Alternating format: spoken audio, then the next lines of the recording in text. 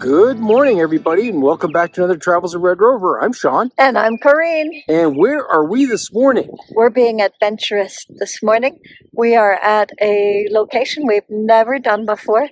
This is the Blacktail Pond Overlook in Grand Teton National Park. And it's really quite a beautiful location. We have a number of different potential shots. Corinne and I have chosen to do different locations. She's down below on the bench, and I'm way up here on the top. And on top of that, we've got a mountain range off that direction, and we got a mountain range that's kind of that direction.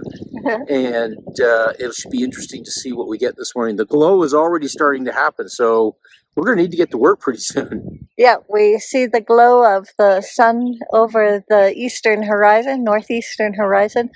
Not getting any color on the peaks just yet, so we're late blue hour still, but it should pop up in the next, I don't know, 10, 15 minutes? 10, 15 minutes, because, yeah. So, and you can probably tell we got kind of colory faces right now. It's because it's of the direction we're facing. Hopefully a little bit of that color will show up on the mountain peaks. No clouds today, so no reflected light. No. And that'll have a big impact on whether or not, I think we'll probably just get brighter peaks as opposed to any color in the peaks. But you never know. Yeah, so Sean's overlooking a little bit of stream and ponds here, and I'm looking over some vegetation, willows and things like that. We saw some elk driving in, but it was too dark to take their picture this morning. Yeah, they were rather annoyed with us because they were hanging out on the road, and we wanted to use the road. So they're back over behind us that way, behind the camera over there, and near the highway. So they're not very close to us, but maybe we might get some shots a little later. So you can see Sean up there at the top of the stairs. There's a buck rail fence in front of him. It was a little tall for me to use, being a shorter person in the 5'2" range. I can't see quite over it with a good clarity without straining to look at the camera. And that's our northeast with the sun glow coming and the stream down below, or ponds. And this is my view. I'm working a little lower, and that is the cathedral group. We're just waiting for the sun to hit that.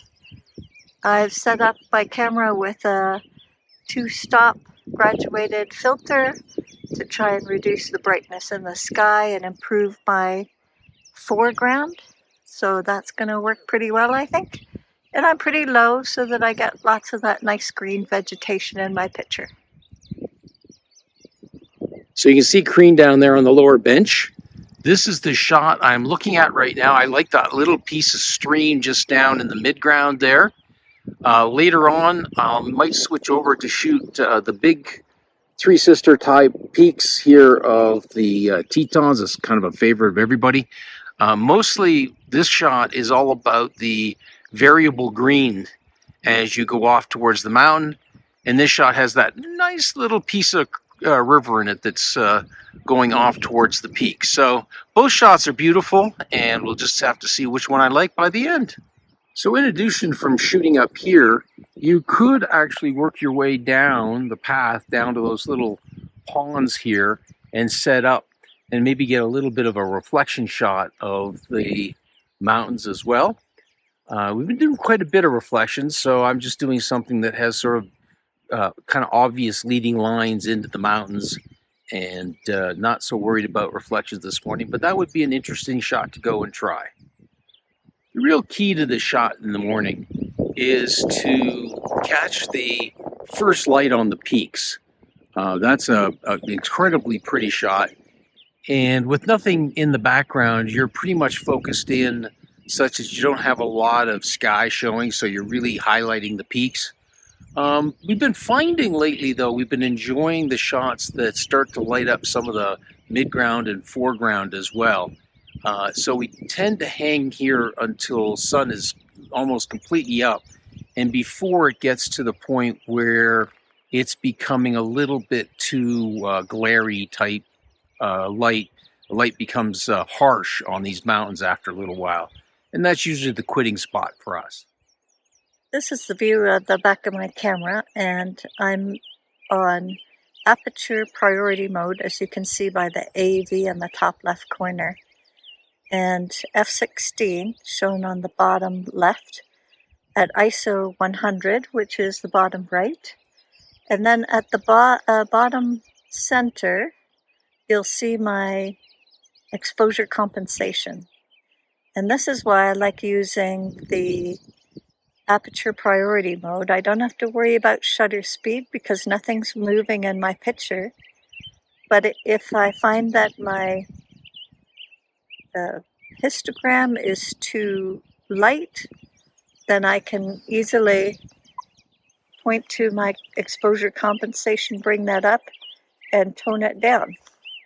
If my exposure compensation is giving me too much darkness, then I easily can touch that and turn it back up again to whatever brightness I want to give. And that's going to make some adjustments to the shutter speed. If I go higher, it'll make the shutter speed slower. Going down will make the shutter speed faster. Blacktail Pond was very lovely that morning, but not for the landscape shot.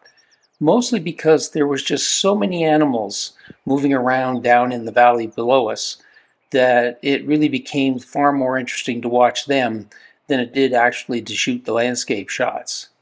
And we actually managed to catch a couple shots, although it was pretty dark, and here they are.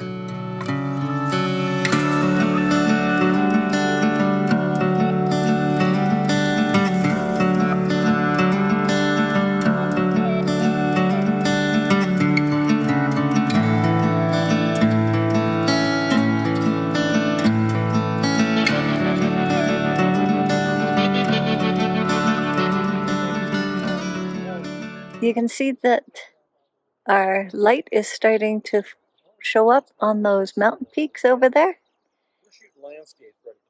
And no color.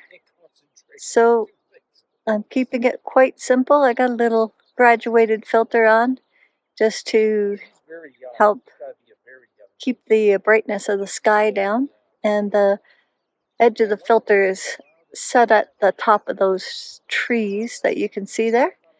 And that keeps the mountains from being too bright too soon. And I'm exposing for the mountain light. And then if I need to, I can brighten up the foreground a little more later. But I don't want to blow out the mountains and not have any detail.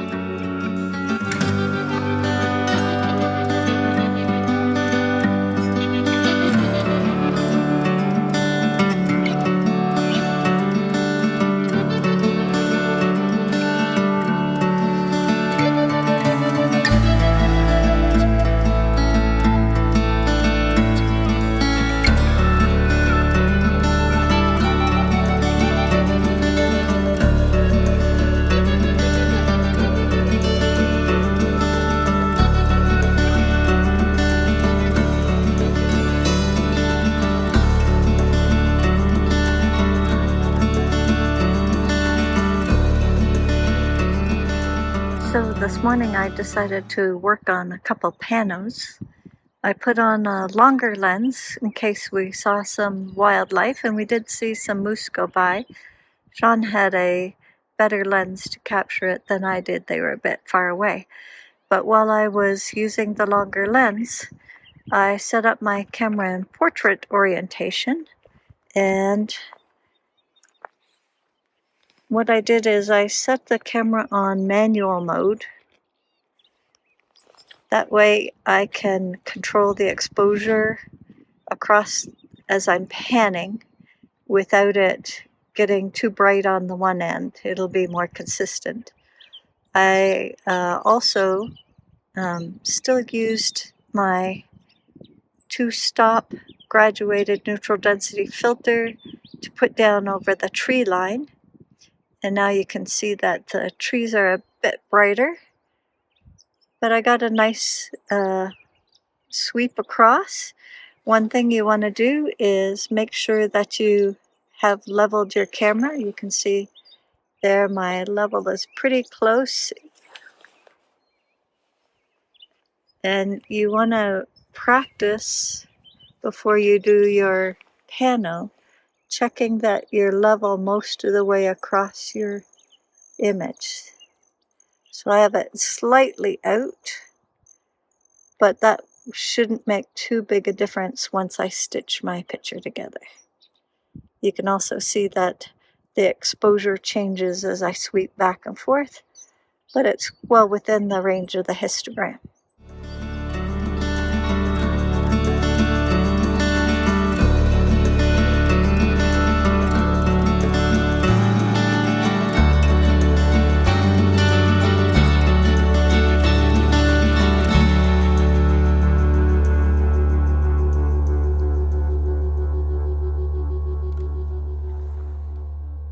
Well, Corinne, what did you think of the morning?